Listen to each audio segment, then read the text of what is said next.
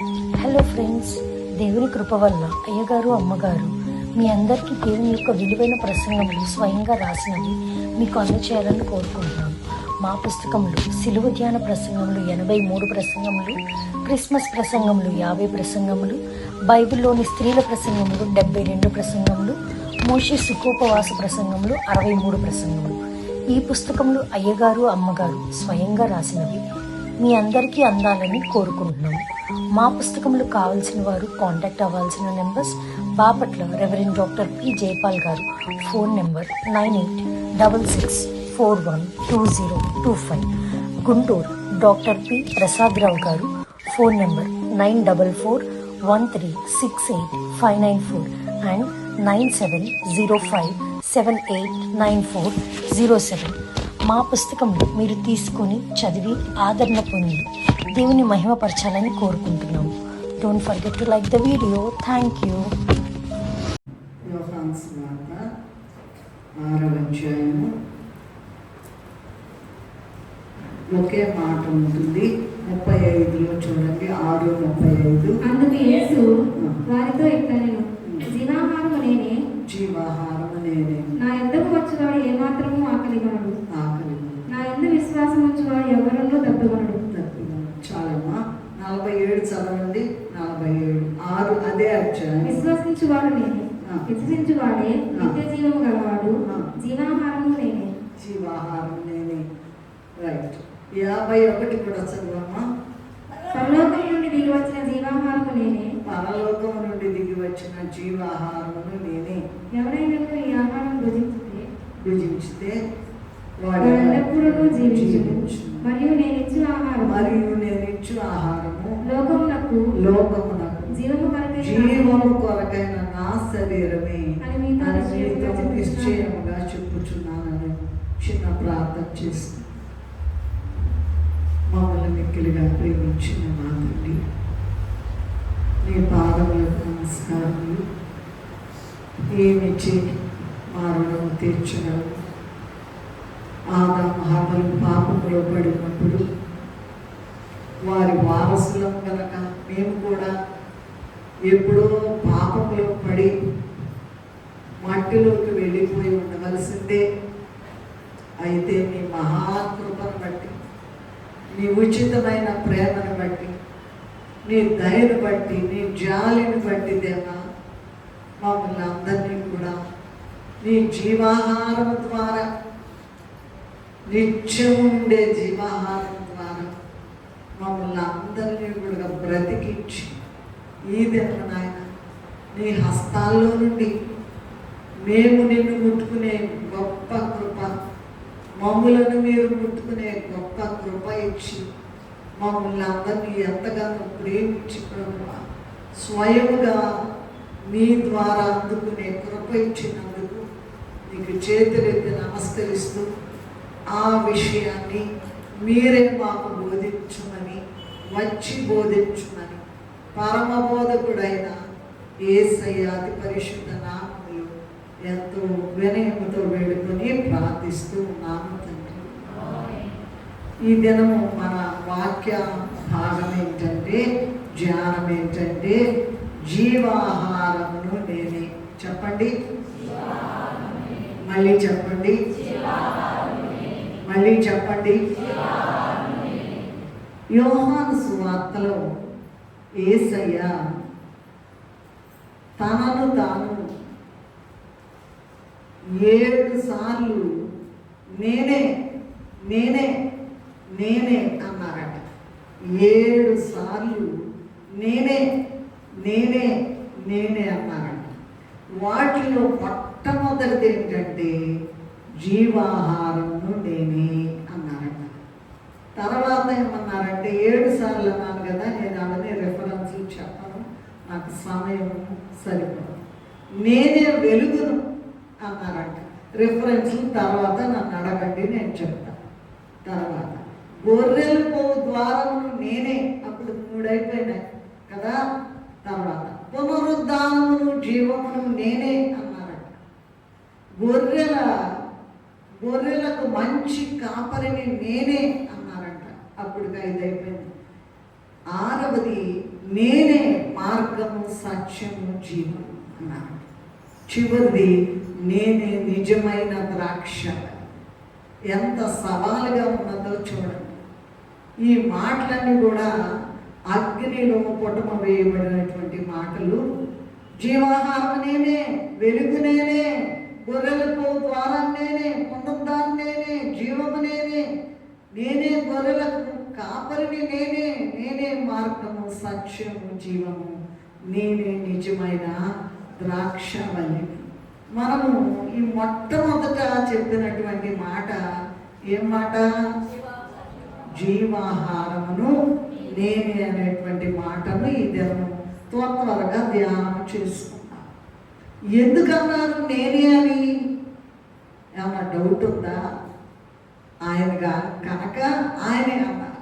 నేనే ఎవరన్నా చెప్పమనండి, నేనే జీవాహారం. ఇది లేకపోతే బ్రతకలేదు, ఇది లేకపోతే పరలోకం చేరలేదు, ఇది రాకపోతే రాకడలో ఎదుర్కోలేదు, ఇది రాకపోతే పెళ్లి కుమార్తె రూపం పొందుకోలేరు, ఇది రాకపోతే పరలోకంలో యుగ యుగాలు ఆయనతో పరిపాలించలేరు. కనుక జీవాహారం నేనే. అన్నిటికీ 7 ఆ 7 మొట్టమొదటిది జీవాహారము నేనే. సరే, ఈ మాటను మాత్రమే తీసుకుందాం. ఈ ఒకటికే సమయం చాలు. మిగతా 6 మాటలు ప్రభు చిత్తాన్ని బట్టి అవకాశం ఇచ్చినప్పుడు ధ్యానం చేసుకుందాం. సర్వలోక సృష్టికర్త, సర్వలోక రక్షణకర్త, సర్వలోక ఆదరణకర్త అయిన యేసయ్య శరీరధారిగా భూలోకమునకు వచ్చి సర్వమానవుల పాపములను కల్వరి సిలువలో పరిహరించి జీవరాశులన్నిటికీ మానవులందరికీ అనుదిన ఆహారం అందిస్తూ ఉన్నారు. మరి అదేంటండి? ప్రభు ఇస్తేనేనా తింటుంది? ప్రభు ద్వారానే అన్ని పుచ్చుకుంటున్నామా? కూరగాయలు తీసుకుంటున్నాము, టిఫిన్ కావలసిన దోశలు, మరి ఇడ్లీలు మొత్తం చాలా తింటున్నాం కదా. అది ప్రభు ద్వారా. అంటే నువ్వు ఎన్ని పంచపక్ష పరమాన్నాలన్నా తినండి, అవన్నీ నిన్ను జీవింపచేయవు. ఎంతో 70 ఏళ్ళు 80 ఏళ్ళు అని దావీదు మహారాజు చెప్పినట్లుగా అంతవరకే, కానీ ఇవన్నీ కూడా కుదరదండి. అయితే ప్రభువు ఈ భూలోకానికి వచ్చి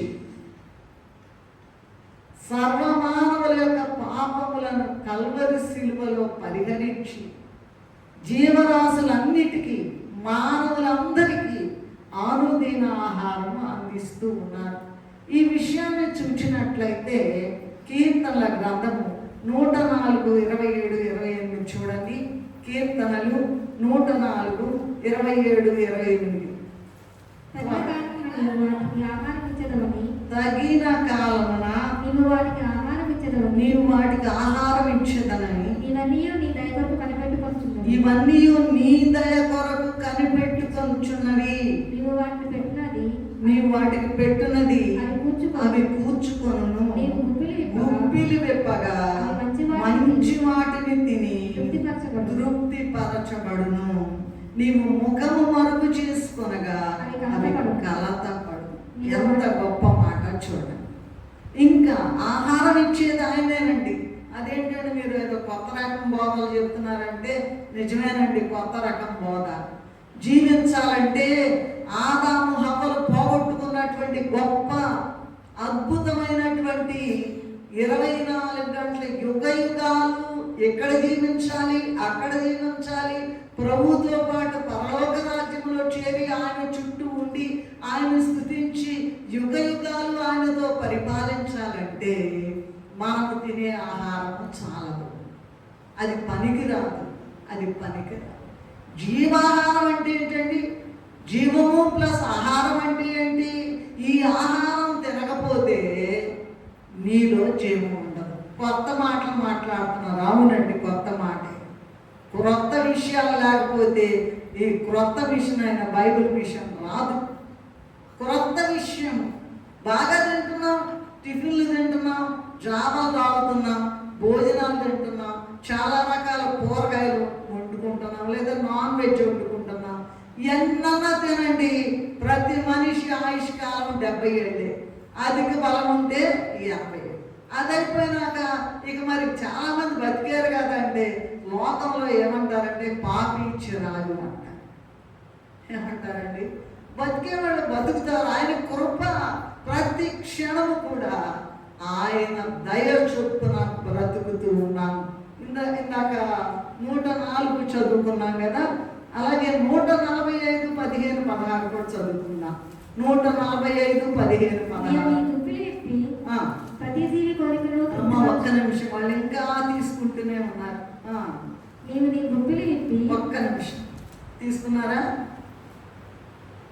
చదువు. నీవు నీ గుప్పిలి విప్పి ప్రతి జీవి కోరికను తృప్తిపరచుచున్నావు. ప్రతి జీవి కోరికను, దానికన్నా ముందు ఇంకొక వచనం కూడా చదువుకున్నాం.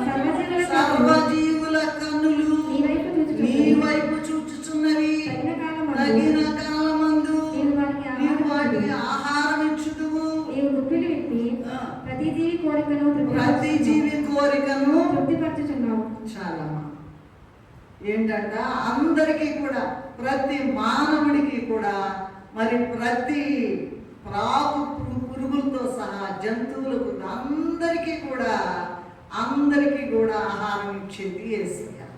అందుకని అందరూ కూడా ఆయన వైపు చూడాలట. రైట్, ఇది మనకు తెలిసిన విషయం. ఈ ఆహారం కాకుండా తన పోలిక, తన స్వరూపముతో తాను చేసినటువంటి మానవులకి ప్రత్యేక ఆహారాన్ని, అంటే తన శరీర రక్తాన్ని అందిస్తూ ఉన్నారట. ఏమిస్తున్నారంటండి? ఎవరిస్తారమ్మా? శరీరం ఇచ్చేస్తారా? రక్తం అంతా తీసుకోండి అంటారా? బ్లడ్ డొనేషన్ అంటే ఏదో 1 లీటరో, 1/2 లీటరో, 1/4 లీటరో, లేక 2 లీటర్లు అంటారు. మొత్తం ఇచ్చేసారంట. శరీరం మొత్తం మీ ఇష్టం అన్నారంట. పూనీ చేసుకోండి, మొగ్గలు నరకండి, పగడాలతో కొట్టండి, మొత్తం ఇచ్చేసారంట. ఆ శరీర రక్తాలు ఇప్పుడు మానవులకు, మిగతా వాటికి లేదండి, తన యొక్క స్వరూపముతో చేసుకున్న మానవులకు ప్రత్యేక ఆహారాన్ని, అనగా తన శరీర రక్తాలను అందిస్తూ ఉన్నారంట.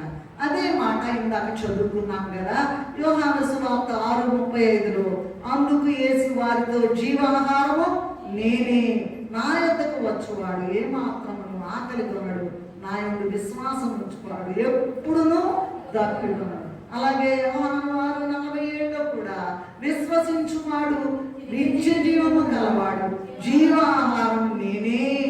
అసలు చూడండి ఎంత ఛాలెంజింగ్గా ఉందో మాట. నేను ఇంకొకళ్ళు 2 ఉన్నారులయ్యా, మేము అట్లా అంటలేదండి, నేనే. చూసుకోండి, ఛాలెంజ్ అన్నమాట. మూడవది 6:51లో కూడా, పరలోకము నుండి దిగి వచ్చిన జీవాహారం నేనే, ఎవడైనను ఈ ఆహారం భుజించితే వాడెల్లప్పుడూ జీవించును, మరియు నేనిచ్చు ఆహారం లోకమునకు జీవము కొరకైన. అదేంటంటే చచ్చిపోయి ఉన్నామా, చచ్చిపోబోతున్నామా అంటే కాదు, జీవము జీవము జీవము. జీవుల్లో ఉంటాయండి, ఒకటి నిర్జీవులు అంటారు, ఇంకోటి జీవం. ఫర్ ఎవర్ అనమాట, ఇటర్నిటీలో వాళ్ళకి లైఫ్ ఉంటుంది అన్నమాట. ఇది ఈ గొప్ప అంశాన్ని బట్టి దీని విషయం నాకు తెలియదు. అయితే ధ్యానించగా ప్రభు స్వయముగా అందించినటువంటి ఈ మాటల విషయం, జీవాహారం నేనే. అసలు తెలుసా మీకు?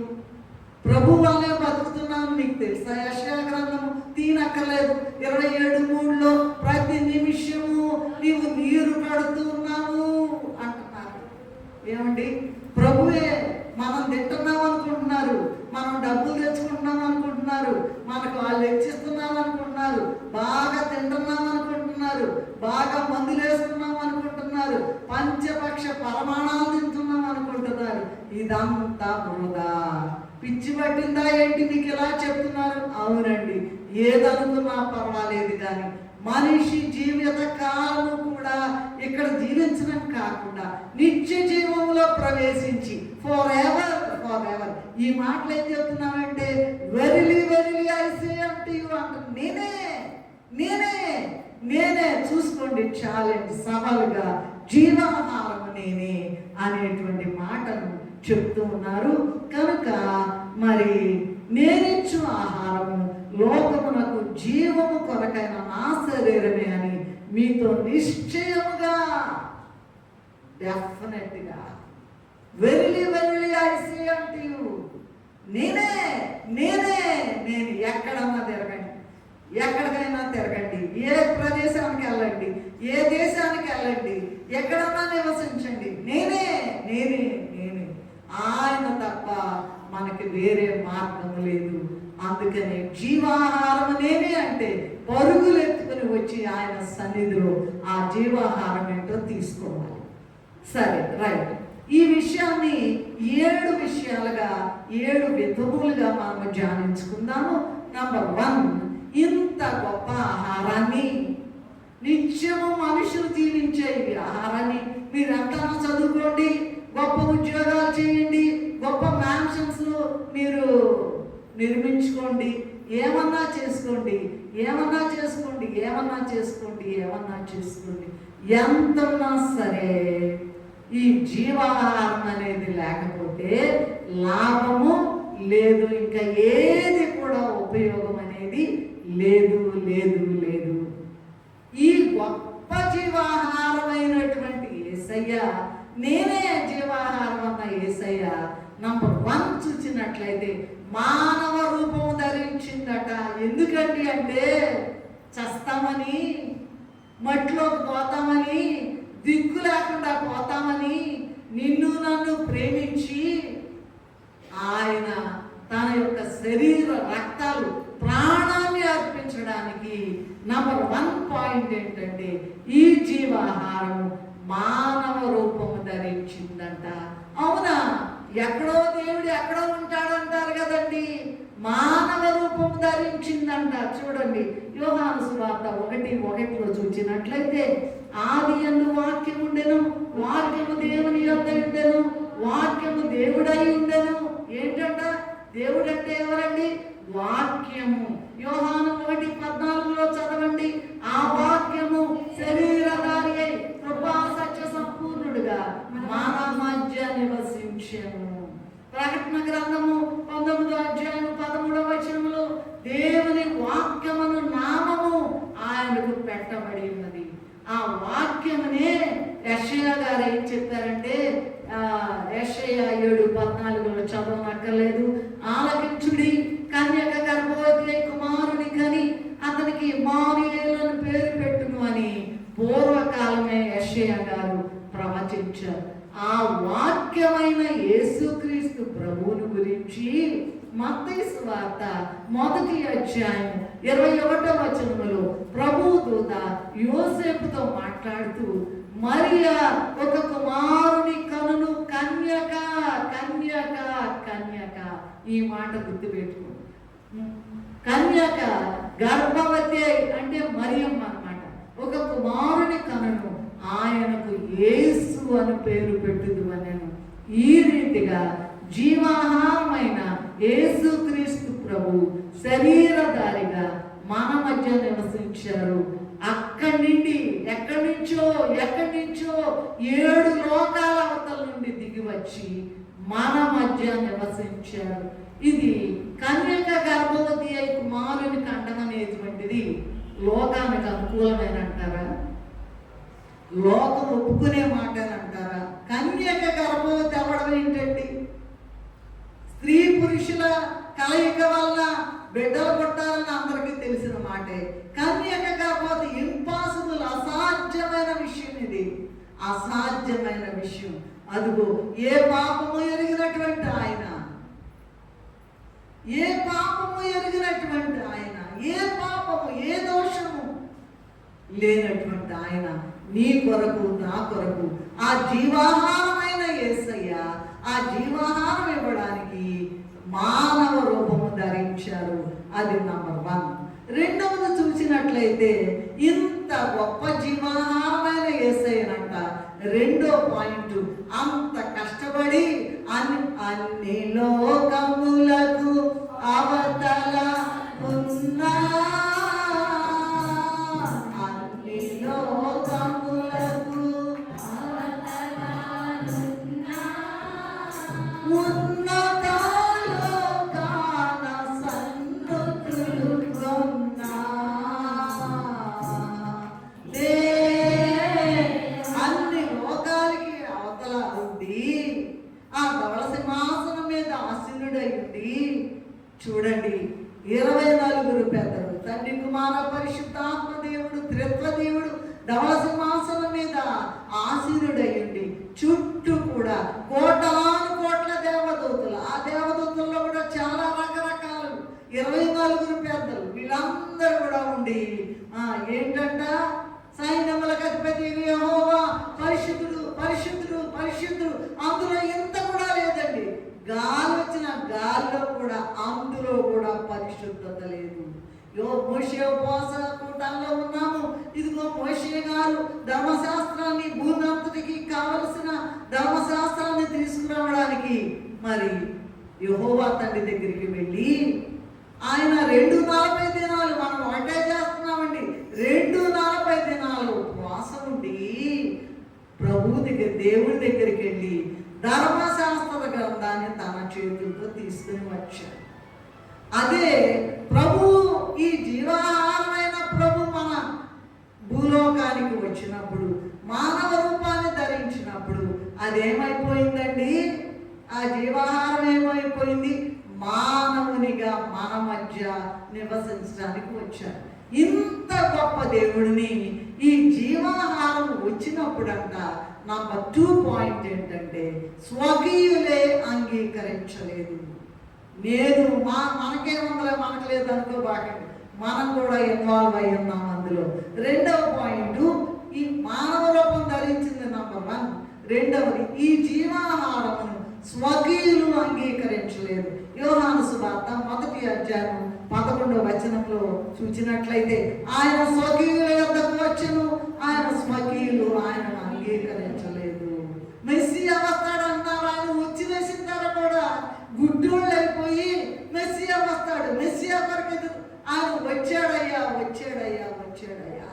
తర్వాత యోహాను సువార్త 7వ అధ్యాయం 5వ వచనంలో చూసినట్లయితే, ఆయన సహోదరులైనను ఆయన యందు విశ్వాసం ఉంచలేదు. ఎంత భయంకరమో చూడండి. అన్ని లోకాలకి అవతల ఉన్న గొప్ప స్థుతులు అందుకుంటున్న, గొప్ప మహిమతో తనలాడుతున్నటువంటి తేజస్సుతో, వెలుగుతో తేజరిల్లేటువంటి ఆ గొప్ప దేవుడు, తిమోతేయులకు రాసిన పత్రికలో ఉంటుంది. ఆ గొప్ప దేవుడు వచ్చేస్తే, మానవ రూపం ధరించి వచ్చేస్తే, ఆయనను స్వకీయులు అంగీకరించలేదు. చదువుకున్నాం యోహాను సువార్త 1:11, నాకు చదవనక్కర్లేదు. యోహాను సువార్త 7:5లో కూడా 7వ అధ్యాయము 5వ వచనంలో చూచినట్లయితే, ఆయన సహోదరులైనను ఆయన యందు విశ్వాసం ఉంచలేదు. అయితే ఇక్కడ ఒక ముఖ్యమైన విషయం ఉందండి. ఏంటంటే అది ఇర్మియా గ్రంథం 32వ అధ్యాయం 27వ వచనం చదవగలరా త్వరగా త్వరగా. నేను సర్వ శరీరులకు దేవుడను. మళ్ళా చెప్పండి, మళ్ళా చదవండి ఒకసారి. నేను యెహోవాను సర్వ శరీరులకు. ఎవరికండి? నాకు అసాధ్యమైంది ఏదైనా. ఎవరికి దేవుడు అంటే ఈయన? ఎవరికండి చెప్పాలి? అందరూ మాట్లాడుకోవటం కాదు. ఎవరికి? సర్వ శరీరులు, భూమి మీద స్త్రీలు కానీ, పురుషులు కానీ, పిల్లలు కానీ, యవనస్తులు కానీ, వృద్ధులు కానీ ఎవరైతే ఉన్నారో అందరికీ కూడా దేవుడు, సర్వ శరీరులకు దేవుడును అని ప్రభువు చెప్పారు. అయితే స్వకీయులు అంగీకరించలేదంట, ఆయన యొక్క సహోదరులు కూడా అంగీకరించలేదంట. అందుకని ప్రభు జన్మించినప్పుడు పరలోకము నుండి ప్రభు దూత వచ్చి, నేను సర్వ శరీరులకు దేవుడిని అన్నారు కదండి. లూకా సువార్త 2వ అధ్యాయము 10వ వచనంలో చూచినట్లయితే, పొలంలోని కాపర్ల దగ్గరకు దేవదూత వచ్చి, ఇదిగో ప్రజలందరికీ కలుగు మహా సంతోషకరమైన సువార్తమానము నేను తెలియజేయుచున్నా. ఏం చెప్తుందండి? ఎవరికంట? పలాని కులమో లేకపోతే పలాని మతం వాళ్ళకంట. అలా కాదు, ప్రజలందరికీ ప్రజలందరికీ కలుగు మహా సంతోషకరమైన సువర్తమానము నేను మీకు తెలియజేయు. ఏంటంటే ఆయన జన్మించినటువంటి యూదా జాతి వారు మరి ఆయన యొక్క స్వకీయులుగా వాళ్ళకి మనకు సంబంధం లేదండి వాళ్ళు కదా, సరే వాళ్ళు అంగీకరించలేదు అనుకోవచ్చు. కానీ ఆయన అంతేకాకుండా ఆయన పోలిక, ఆయన స్వరూపము, ఆయన లక్షణాలు కలిగిన ప్రతి మానవుడు కూడా ఆయన స్వకీయుడే. మానవ రూపం ధరించారు గనక, మానవ రూపం ధరించి వచ్చేసారు ఇక్కడికి కనుక ఆయన పోలిక చొప్పున చేశారని ఆదికాండ గ్రంథంలో ఉందండి, మీరు చూసుకోండి. అక్కడ మన పోలిక చొప్పున నరులను చేదుము అన్నారు. ఆయన పోలిక, ఆయన లక్షణాలు కలిగినటువంటి ప్రతి మానవుడు కూడా ఆయన స్వకీయులే. అప్పటి నుంచి ఇప్పటి వరకు ఏం చేస్తున్నారంటే ఏదో ఒక వంక చెప్పుకొని కొందరు ఆయన అంగీకరిస్తున్నారు. ఏదో చెత్త కారణాలు చెప్పుకుని మేమండి అదండి, మేమండి ఇదండి, ఏదో ఎక్సెట్రా ఎక్సెట్రా ఎక్సెట్రా అంగీకరించలేదు. ఎంత భయంకరమైన దుఃఖకరమైన విషయమో చూడండి. ఆయనే మానవ రూపం వచ్చేసారు. ఆయన పని పాటలేదా? మొత్తాన్ని సర్వలోక సృష్టికర్త అని చెప్పా, సర్వలోక రక్షణకర్త అని చెప్పా, సర్వలోక ఆదరణకర్త వచ్చేస్తే ఏంటంట తీగలు వేస్తా అలాగా ప్రభు యొక్క ఆ యొక్క మహిమను పోగొట్టుకున్నారండి. సో ఏదో ఒక వంకతో మానవ రూపం ధరించి వచ్చేసిన ఈ జీవాహారాన్ని మరి స్వకీయులే, ఆయన సహోదరులే అంగీకరించలేదు. మూడవది చూసినట్లయితే ఈ జీవాహారమైన ప్రభువుని రాజుగా, అధిపతిగా కూడా అంగీకరించలేదు. లూకాసు వార్త 19వ అధ్యాయము 12 నుండి 27 వరకు మీరు చదువుకున్నట్లయితే, ఇంటికి వెళ్ళిన తర్వాత చదువుకోండి. లూకాసు వార్త 19వ అధ్యాయము 12 నుండి 27 వరకు ఈ విషయాలు ఉన్నాయి. అలాగే లూకాసు వార్త 19:14లో చూసినట్లయితే అయితే ఇక్కడ ఒక మాట నేను చెప్పాలి. ప్రభువే ఒక ఉపమానం చెప్తూ ఉన్నారు. ఏంటంటే ఇక్కడ ప్రభు సంగతే ప్రభు చెప్తూ ఉన్నారు. ఏంటది? అయితే ప్రభు ఆ పట్టణస్థులు అతన్ని ద్వేషించి ఇతడు మమ్మల్ని ఏలుటకు మాకు ఇష్టం లేదని అతని వెనుక రాయబారం పంపారని లూకాసు వార్త 19:14లో ఉన్నది.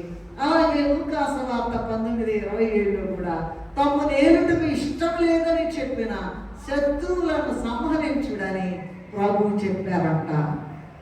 ప్రభు దేశాంతరము వెళ్ళి ఇక్కడికి వచ్చారు, మరి వాళ్ళు అంగీకరించలేదు కనుక మరి మాకు ఇష్టం లేదయ్యా ఆయన మమ్మల్ని పరిపాలించడం, మా మీద రాజుగా ఆయన చనిపోయిన తర్వాత ఇంద్రి అని ఉంటుందండి, మరి జీసస్ నజరేయుడు అని ఉంది. అక్కడ ఏముందంటే యూదులకు రాజు చనిపోయిన తర్వాత పెట్టారండి బోర్డు పైన. బ్రతుకున్నంత కాలం లెక్కలేదండి. మనమే అట్లాంటి మనం ఆయన పోలికలోనే ఉన్నాం. మనమే మనమే మనమే ఆయనను అంగీకరించలేదు, రాజుగా అంగీకరించలేదు, అధిపతిగా కూడా అంగీకరించలేదు, ప్రభువుగా అంగీకరించలేదు. అంతేకాదు ఆయన పుట్టిన కాలంలో మత్తయి సువార్త 2వ అధ్యాయం 16వ వచనంలో చూసినట్లయితే యూదులకు రాజుగా పుట్టిన ప్రభువును సంహరించాలని ఆ కాలంలో బెత్లెహేములోను దాని సకల ప్రాంతంలోను 2 సంవత్సరాలు మొదలుకొని తక్కువ వయసు గల మగపిల్లలందరినీ కూడా ఆ కాలపు రాజైన హేరోదు వధించేశాడు. అయితే ప్రభు సర్వాధికారి కనుక ఆయన మానవ రక్షణార్థమై తాను గొప్ప యాగము చేయాలి కనుక సర్వత్యాగము చేసి ప్రాణం అర్పించి శరీరం అర్పించి మరి ఆయన యొక్క రక్తం అర్పించి చేశారు కనుక ప్రభు తను తానే మరి తప్పించుకోవడం అంటే అది ఐగుప్తులోకి వెళ్ళమని చెప్పారు, మళ్ళీ తిరిగి రమ్మని చెప్పారు నజరేతు దగ్గరికి.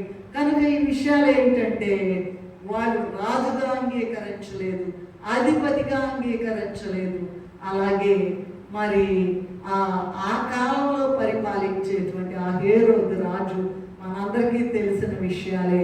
ఆ గొప్ప రాజైన ఆ జీవాధిపతి అయిన ప్రభువుని వధించాలని అనుకుంటే చాలామంది 2 సంవత్సరాలు నిండినటువంటి 2 సంవత్సరాల కాలంలో నిండినటువంటి మగ పిల్లలందరినీ కూడా ప్రభు మూలంగానేనండి వధించేశారు. అందువలన ప్రభువుని అంగీకరించలేదు. నంబర్ 3 నేను మళ్ళీ అడుగుతా పాయింట్ 4వది చూసినట్లయితే జీవాహారమైన ప్రభువునంట అమ్మేశారంట. ఎంత సిగ్గులేని బ్రతుకో ఇది. నంబర్ 1 చెప్పండి, మానవ రూపం ధరించారు. నంబర్ 2 ఆయన సొంత వాళ్ళే, ఆయన సొంత సహోదరులే ఆయన తృణీకరించేశారు. 3వది చూసినట్లయితే రాజుగా వద్దన్నారు, అధిపతిగా వద్దన్నారు. మరి ఎప్పుడు పుట్టాడో తెలుసుకుని ఏ కాలంలో మనందరం క్రిస్మస్ కాలంలో చేస్తాం కదా క్రిస్మస్ పండుగ, అప్పుడు ఏ రోజు రాజు రాశి కూడా వేస్తాం కనుక 2 సంవత్సరాలు ఆ కాలంలో లెక్క పెట్టుకుని మగ పిల్లలందరూ అట్లాగైనా చంపేద్దామని. అయితే సర్వాధికారి కదండి, జీవాధిపతి కదండి, జీవాహారమైన యేసయ్య గనక ఆయన బ్రతికి మన కొరకు తన ప్రాణం అర్పించడానికి, తన శరీరము తన రక్తం అర్పించడానికి ప్రభు మరి ఇక్కడే ఎన్నో భయంకరమైన శ్రమలు పొందారు. 4వది చూసినట్లయితే జీవాహారమైన ప్రభువుని అమ్మి వేశారు. మత్తయి సువార్త 26వ అధ్యాయము 15వ వచనంలో చూసినట్లయితే ఆయనతో తిని త్రాగినటువంటి ఇదిగో ఆ యోధా ఇస్కరియోతు నేను ఆయనను మీకు అప్పగించిన నాకేమి ఇత్తురని ఆయన శిష్యుడైన యూదా వారిని అడిగాను అని ఉన్నది. మత్తయి సువార్త 26వ అధ్యాయం 15వ వచనం. అందుకు వారు 30 వెండి నాణెములు తుడిచి వానికి ఇచ్చిరి. అప్పుడు యూదా ప్రభువును వారికి అప్పగించాడు. అయితే ఆయన శిష్యుడు అప్పగించాడు ఏంటండి? ఇప్పుడు మనం చెప్పుకున్న పాయింట్లన్నీ మాకు సంబంధం లేదనుకోబాకండి. ప్రతిదీ కూడా నీవు నేను కారణము. ఆయన సిలువ వేయబడ్డానికి, ఆయన కోడాలతో కొట్టబడ్డానికి, ఆయన బల్లెలతో పొడవబడ్డానికి నీ యొక్క క్యారెక్టర్, నీ యొక్క ప్రవర్తన, నీ జీవితం పైకి బాగానే ఉంటామండి. పైన పట్టారం లోటారం అంటారు లోకంలో ఏంటంటే బాగా స్టైల్గా ఉండొచ్చు, కానీ లోపలంతా కూడా చూసినట్లయితే గలతీయులకు రాసిన పత్రిక 5వ అధ్యాయం 19వ వచనం చూసినట్లయితే 5:19 నుండి చదివినట్టు చదవండి కొద్దిగా దయచేసి.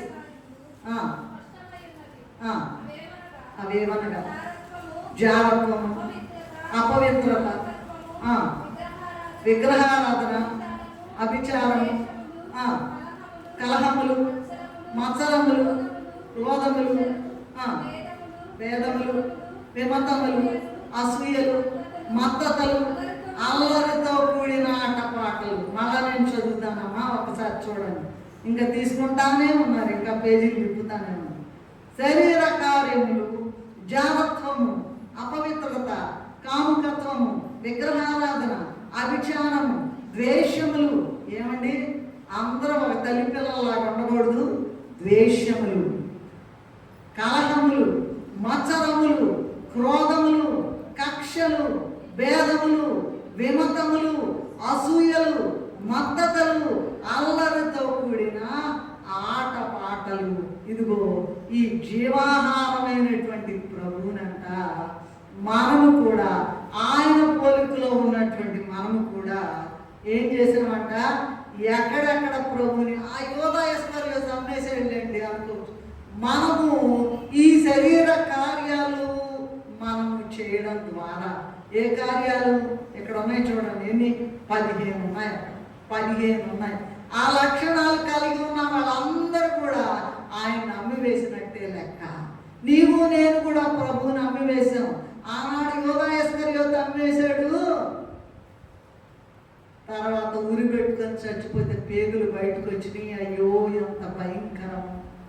ముందే చెప్పారంట, ఇదిగో ప్రభు 12 మందిని ఇచ్చారు, అందులో ఒకడు సాతాను.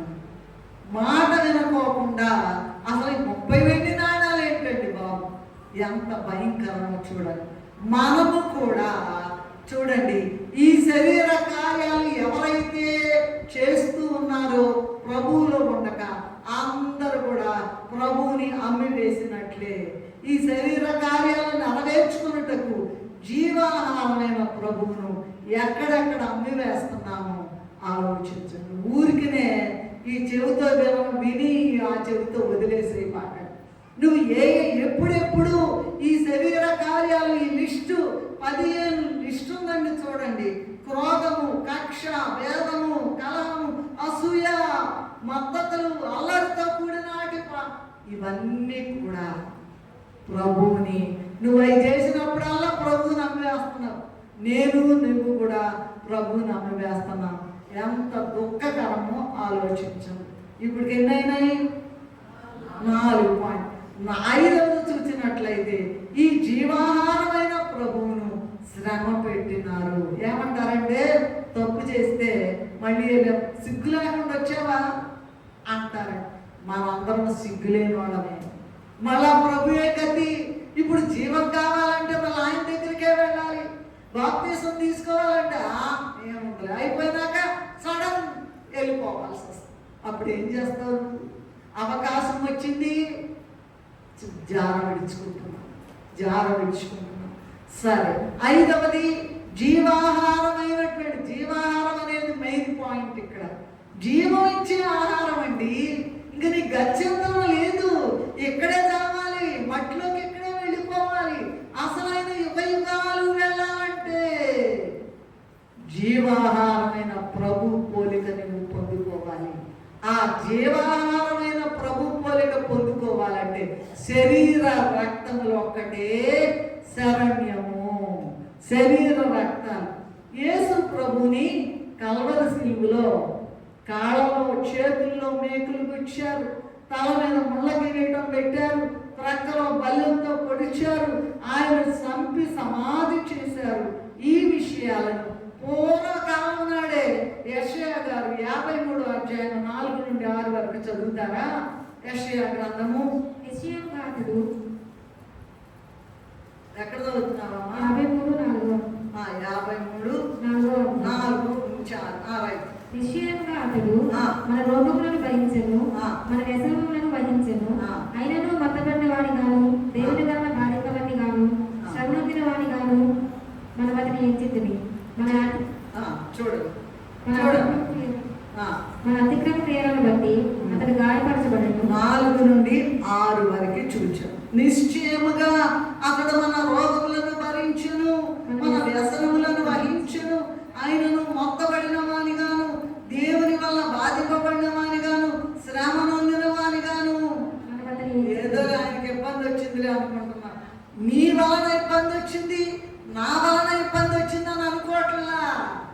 ఎంత ఘోరమో చూడండి. ఇక్కడ మన దోషములను బట్టి, మన అతిక్రమ క్రియలను బట్టి అతడు గాయపరచబడను, మన దోషములను బట్టి నలుగగొట్టబడను, మన సమాధానార్థమైన శిక్ష అతని మీద పడేను. అతడు పొందిన దెబ్బల చేత మనకు స్వస్థత కలుగుచున్నది. మనందరము కూడా గొర్రెల వలె త్రోవ తప్పిపోతుంది. మనలో ప్రతి వాడును తనకిష్టమైన త్రోవకు తొలగిన యెహోవా మన అందరి దోషమును అతని మీద మోపెను. అతడు దౌర్జన్యము నొందెను, బాధింపబడినను. ఎప్పుడండి? కొన్ని వేల సంవత్సరాల క్రితమే. ఇదిగో జీవాహారం రాబోతుందయ్యా అని అనుకుని ఆ మాట 53వ అధ్యాయం యెషయా గ్రంథం 4 నుండి 6 వరకు ప్రవక్త అయిన యెషయా గారు ఎప్పుడో చెప్పేశారు. లాంగ్ బ్యాక్ చెప్పేశాడు. మరి అప్పుడు ఆ సంగతి కదండి. మన సంగతి ఏంటి అంటే హెబ్రీ పత్రిక 6వ అధ్యాయం, హెబ్రీ పత్రిక కొద్దిగా తీసుకొని జనం. హెబ్రీ పత్రిక 6వ అధ్యాయము 4 నుండి 6 వరకు చదువు. ఒకసారి వెలిగింపబడి పరలోక సంబంధమైన వరమును రుచి చూచి పరిశుద్ధాత్మలో పాలివారై దేవుని దివ్య వాక్యమును రాబో యుగ సంబంధమైన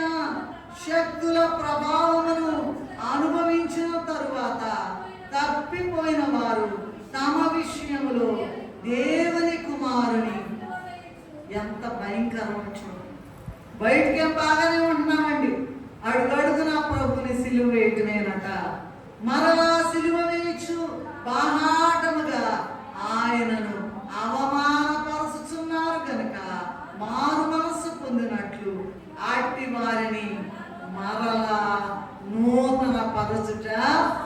ఇక్కడ వాక్యం జరుగుతూనే ఉంటుందండి. తల తిప్పను ఇటు తిప్పను, వెళ్ళే వాళ్ళని చూడను, వచ్చే వాళ్ళని చూడను, కూర్చున్న వాళ్ళందరూ అదేనండి ప్రభుని బాధ పెట్టడం అంటే. అసలు వాక్యం అనేది వింటున్నారా? ప్రభు మాట్లాడుతున్నారనే విషయం తెలుసా? అన్నీ తెలిసే ఏం చేస్తున్నారంట? మళ్ళా మళ్ళీ ఇబ్బంది రాగానే మళ్ళీ ప్రభు దగ్గరికి వెళ్తారు, మళ్ళీ బాగు చేస్తారు, మళ్ళీ ఒక్కతన వాంతి చేసుకొని మళ్ళీ అదే తింటా. మనము నీవు నీవు ఏం చేస్తున్నామంటే మరి వెలిగించబడి ప్రభు యొక్క గొప్ప మేళ్ళు పొంది రుచి చూచి పరిశుద్ధాత్మలో పాలివారై దేవుని దివ్యవాక్యమును రాబోయుగ సంబంధమైన శక్తుల ప్రభావం అనుభవించిన తర్వాత కూడా తప్పిపోయారట. తమ విషయములో దేవుని కుమారుని మరలా సిలువ వేయచ్చు బహాటముగా ఆయనను అవమానపరుచుతున్నారు కనుక అట్లాంటి వాళ్ళు ఇక మారరండి. మరి ఏం చేయాలంటే ఆ సంగతి మట్టిలోకి వెళ్ళడమే. మన్నే గదయ్యా అని మధ్య పాట పాడు. మన్నే గదయ్యా మన్నే గదయ్యా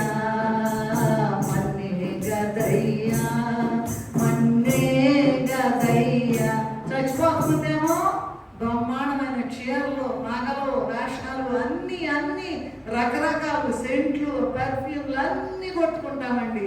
అయిపోయినాక మన్నే గదయ్యా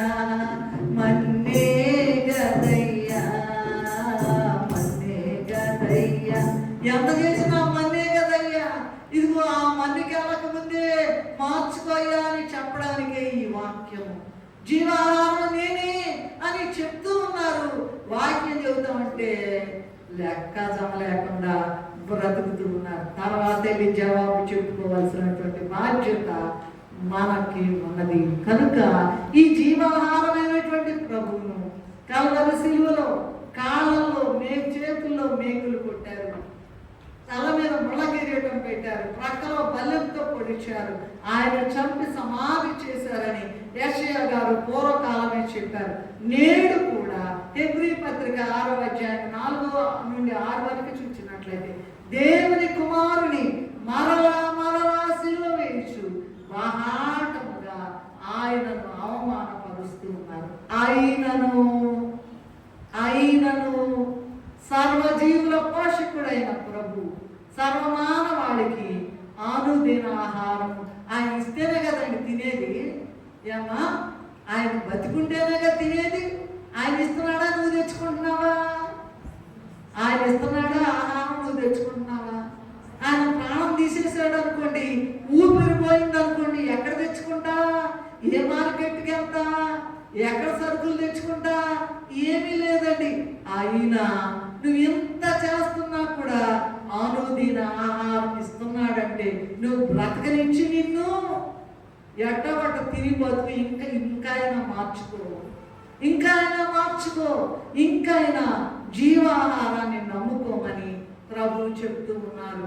అందువలన సర్వమానవాడికి అనుదినాహారం ఎంత దుర్మార్గంగా ప్రవర్తించినా కూడా ఆయన జీవాహారం దయచేస్తూనే ఉన్నాడు. 6వది చూసినట్లయితే జీవాహారమైన ప్రభువునంట కొందరు విడిచెళ్ళిపోయారు.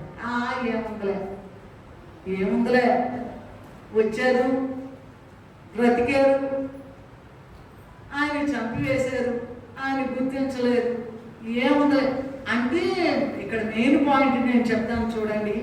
యోహాను సువార్త 6వ అధ్యాయము 52-53 వచనాలు చూసినట్లయితే ఈయన తన శరీరమును ఎలాగూ తిననీయగలడని ఒకరితో ఒకడు వాదించాడని చూశారంటండి. ఈయన తన శరీరమును ఏంటి ఆ తమాషా ముందాళ్ళకి శరీరాన్ని తింటమేంటయ్యా బాబు, ఏం చెప్పబాకండి అక్కడ శరీరాన్ని తింటమేంటి?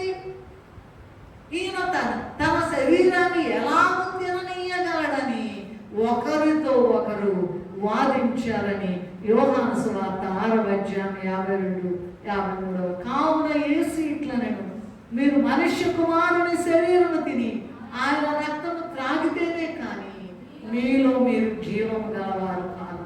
నా శరీరము తిని నా రక్తము త్రాగువాడు నిత్య జీవము గలవాడని ప్రభువు చెప్పిన ఈ మాటలు కొందరికి అర్థం కాక యోహాను సువార్త 6వ అధ్యాయం 6వ వచనంలో ఉన్నట్టుండి అప్పుడు అంటే 6:66 ఉన్నట్లు అప్పటి నుండి ఆయన శిష్యులలో అనేకులు వెనుక తీసి మరి ఎన్నడను ఆయనను వెంబడించలేదు. చూసారంటండి, నువ్వు వెంబడిస్తున్నావా? నిజంగా వెంబడిస్తున్నావా? నిజంగా ఆ శరీర కార్యాలన్నీ గలతీలో రాసిన పత్రికలో ఉన్న ఆ శరీర కార్యాలన్నీ 5:19 ఉన్నాయని విడిచిపెట్టావా? విడిచిపెట్టకపోతే నీవు నశించిపోయినట్లే. ఆనాడు ఈనాడు కూడా క్రైస్తవ సంఘములో అనేకులు వారి చేతిలో ఉన్నటువంటి పరిశుద్ధ గ్రంథములు ప్రభు చెప్పిన ఈ మాటలు ఉన్నప్పటికీ కూడా ప్రభు యొక్క శరీర రక్తముల విందులో పాల్గొనలేకపోతున్నారు. ఎందుకంటే ఈలాగు వారు ఆనాడు ఈనాడు కూడా వెనక తీసి వెళ్ళిపోతున్నారు. ఏముందండి, ఏదో కొద్దిమంది హ్యాండ్ఫుల్ వాళ్ళే ఏదో కొద్దిమంది మాత్రమే తీసుకుని మిగతా వాళ్ళ సంగతి ఏంటంటే నరకానికి వెళ్ళేవాళ్ళేనా, మట్లోకి వెళ్ళేవాళ్ళేనా, అసలు బాప్తిసం తీసుకోలేదనేటువంటి మరి ఆ మాట నీకు ఎలా ఉంది? లెక్క లేకుండా ఉందా? బతుకుతున్నాం, బతికి ఒక్క బతుకుతుంది, మా అమ్మ బతుకుతున్నాం. అట్లా కాదండి. జీవాహారం అని కోడైపోతుంటే ఇంకా ఈ దినం కూడా నిన్ను నన్ను బ్రతికించి ఉంటే, ప్రభు బ్రతికిస్తే లెక్క లేకుండా బాప్తిసం అక్కడ ఎన్నన్నా చెప్పుకోండి, అయినాక తర్వాత సిలువ కుమారి వాళ్ళ భర్త గారు పాపం హాస్పిటల్లో ఉండి, ఇదిగో నేను వెళ్ళి అందరికీ భోజనాలు పెట్టి నేను బాప్తిసం తీసుకుంటాను, అందరికీ భోజనాలు పెట్టి చాలా సంతోషంగా చెప్పారట. పాపం తనకి తెలియలేదు కదా. ఏమా నా సంగతి నీ సంగతి ఏంటి? ఏది అవకాశం లేదు కదా. అవకాశం చేజార్చుకోవద్దు. ఆయన దయ వల్ల బతుకుతున్నాం. ఆయన చాలా మంచివారండి. గోబులేస్ గారు ఏదైనా దేవుని పని అప్పు చెబితే అసలు చక్క సైకిల్ వేసుకొని వచ్చి ఎప్పుడు ఏ క్షణంలో మందిరానికి సంబంధించిన ఏదైనా పని ఉందంటే చాలా ఇష్టంగా చేసి మాకు చాలా కన్నీరు వచ్చింది. అయ్యా ఆ బిడ్డను కటాక్షించి ఈ పని చేశారయ్యా, నువ్వు లెక్కేసుకోయ్యా, పరలోకంలో ఆయన గొప్ప బహుమానం ఇయ్యయ్యా, బాప్తిసం తీసుకోలేదయ్యా, కనికరించయ్యా, క్షమించమని మేము ఎంతో వేదంతో ప్రభు సన్నిధిలో ప్రభువుని అడిగాం. సరేనండి. సో విషయం ఏంటండి, అనేకులు ఆయన్ని వెంబడించకుండా వెనక తీశారట. ఈ మాటలు విన్నప్పటికీ కూడా ప్రభు శరీర రక్తంలో విందులో పాల్గొనలేకపోతున్నారు. ఎందుకని? ఈలాగు వారు ఆనాడు ఈనాడు కూడా వెనుక తీసి వెళ్ళిపోతున్నారు. ఇది చాలా చాలా విచారకరమైన విషయము. ఎన్నిసార్లు చెప్తామండి, చెప్పినా కూడా వినలేదంటే తప్పెవరిది? నీదా ప్రభుదా? జీవాహారందా నీదా? తప్పు. ఏమా మాట్లాడండి, నోరు తెరిచి మాట్లాడండి. ఎందుకు తీసుకోలేదు బాప్తిసం? ఎందుకు అందరూ కూడా పాల్గొనలేకపోతున్నారు ప్రభు సంస్కారం ఇందులో? తప్పెవరిది? చెప్పాలి అందరూ. తప్పెవరిది? నోరు తెరవండి పెద్దగా. తప్పెవరిది? నాదనండి, పెద్దగానండి. మరి ఎప్పుడు తీసుకుంటాను? తర్వాత ఇప్పుడే చెప్పాను ఓబులేస్ గారి విషయం. ఎంత గొప్ప, చాలా మంచి వ్యక్తి. అయితే చాలా ఆశించారంట విషయము చెప్తూ ఉన్నాను. కనుక మరి ఇంకా బాప్తిసం తీసుకోకుండా ఉంటే మీరు ఆ విషయం చూస్తున్నారు. చివరి పాయింట్ ఏంటంటే, జీవాహారమైన ప్రభు చనిపోయి తిరిగి లేచి మనకు జీవాహారమైనటువంటి తన శరీర రక్తములను ఆయనే స్వయంగా అందిస్తూ ఉన్నారు. మత్తయి సువార్త 28వ అధ్యాయము, మార్కు సువార్త 16వ అధ్యాయము, లూకా సువార్త 24వ అధ్యాయము, యోహాను సువార్త 20-21 అధ్యాయముల్లో ఈ అధ్యాయాలంట బైబిల్ గ్రంథంలో చాలా చాలా ముఖ్యమైనవి అంట. మళ్ళా చెప్తాను. మత్తయి సువార్త 20 చివరి అధ్యాయాలండి.